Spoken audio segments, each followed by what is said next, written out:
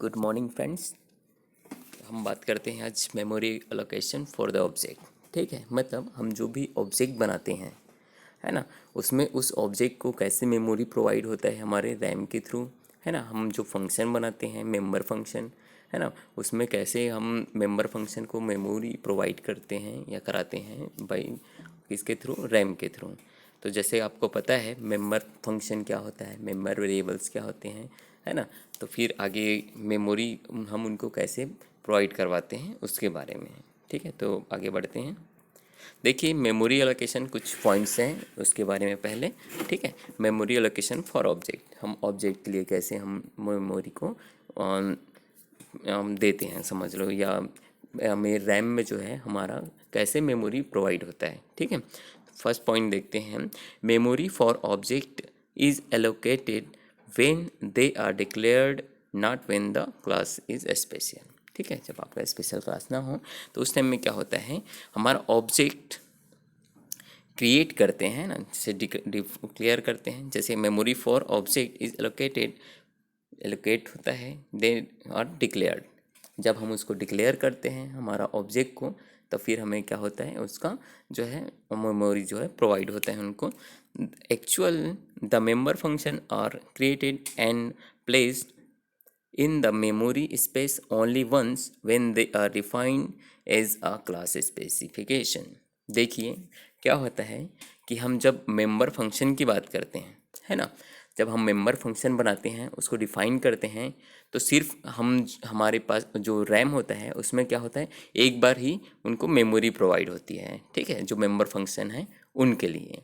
ठीक है, अब बात करते हैं। Since all the objects belonging to that class use the same member function, no separate space is allocated for member function when the object are created। अब देखिए इसमें क्या है, जैसे हमने मेंबर फंक्शन को डिफाइन कर दिया, ठीक है, तो मेंबर फंक्शन को डिफाइन करेंगे तो क्या होगा, मेंबर फंक्शन के लिए ओनली एक ही मेमोरी ब्लॉक्स बनेंगे।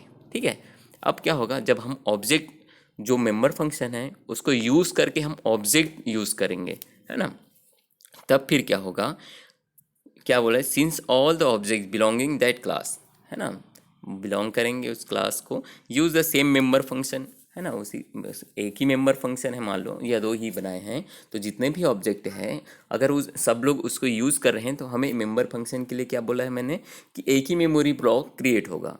देन जब ऑब्जेक्ट उसको यूज़ कर रहे हैं, ठीक है, अगर ऑब्जेक्ट अलग से और यूज़ कर रहे हैं तो ऑब्जेक्ट के लिए डिफरेंट टाइप का उसमें मेमोरी ब्लॉक्स बनेंगे।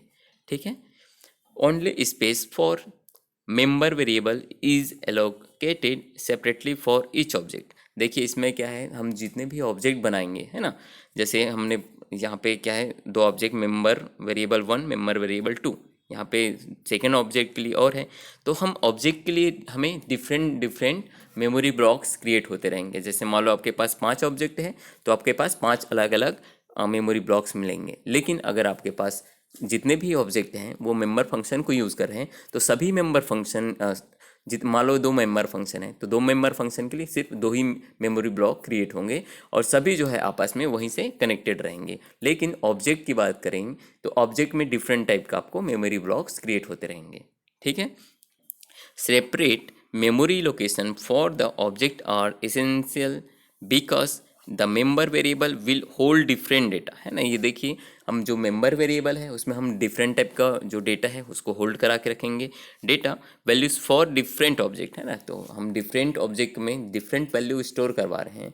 ठीक है, तो इस कारण उसमें क्या है, मेमोरी ब्लॉक्स अलग अलग बनेंगे ऑब्जेक्ट का। ठीक है, लेकिन वही मेंबर फंक्शन है, मेंबर फंक्शन एक ही बार क्रिएट होगा, मेमोरी ब्लॉक जो है उसी मेमोरी ब्लॉक को यूज़ करके हमारा जो ऑब्जेक्ट है अलग अलग ऑब्जेक्ट के लिए अलग अलग मेमोरी ब्लॉक्स क्रिएट होंगे। जैसे यहाँ पे एग्जांपल देखिए, कॉमन फॉर ऑल ऑब्जेक्ट, ठीक है, कॉमन फॉर मेंबर फंक्शन हम मान लो 2 यूज़ करें तो सभी ऑब्जेक्ट के लिए ये मेंबर फंक्शन एक ही बार मेमोरी ब्लॉक क्रिएट होगा, उसी को यूज़ करके जो है डिफरेंट ऑब्जेक्ट के लिए जो है मेमोरी ब्लॉक क्रिएट होगा। जैसे यहाँ memory block, memory created when function define, जैसे हम फंक्शन डिफाइन करेंगे तो हमारा मेमोरी जो ब्लॉक है वो क्रिएट हो जाएगा। ठीक है, लेकिन अब memory created when object define, जब ऑब्जेक्ट को हम डिफाइन करेंगे तो पर्टिकुलर जैसे दो ऑब्जेक्ट है, S1 S2 हो सकता है या जो भी हो सकता है ना, तो वहाँ पे दो अलग अलग जो है मेमोरी ब्लॉक क्रिएट होंगे। ठीक है, इतना समझ में आया। अब एक छोटा सा एग्जांपल देखते हैं।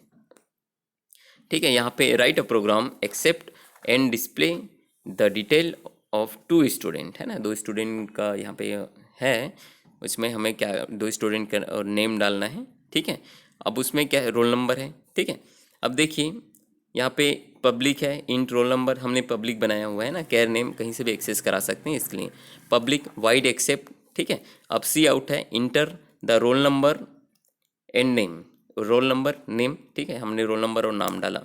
ठीक है, यहीं पे डायरेक्ट। अब ये जो है जैसे वाइड एक्सेप्ट है ना, वाइड एक्सेप्ट नाम का जो है एक फंक्शन मेमोरी ब्लॉक में क्रिएट हो जाएगा एक बार। ठीक है, उसके बाद सेकेंड वाइड डिस्प्ले नाम का है, तो वाइड डिस्प्ले देखिए यहाँ पे फिर से क्रिएट हो गया वाइड डिस्प्ले, जैसे हमने डिफाइन किया एक मेमोरी ब्लॉक क्रिएट हो गया। अब देखिए यहाँ पे क्या है, रोल नंबर रोल है ना, इसको रोल नंबर और नेम को फिर हम इसको सी आउट करवा रहे हैं, जो हमने यहाँ पे डाला है सीन में उसी को सी आउट करवा रहे हैं। अब देखिए इंट में, अब देखिए यहाँ पे S1 और S2 जो है यहाँ पे ऑब्जेक्ट है।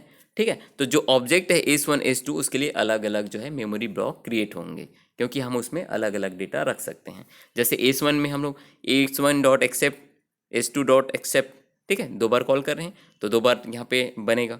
ठीक है, सेम यहाँ पे रोल नंबर नेम इस टाइप का जो है आपका मेमोरी ब्लॉक क्रिएट होंगे।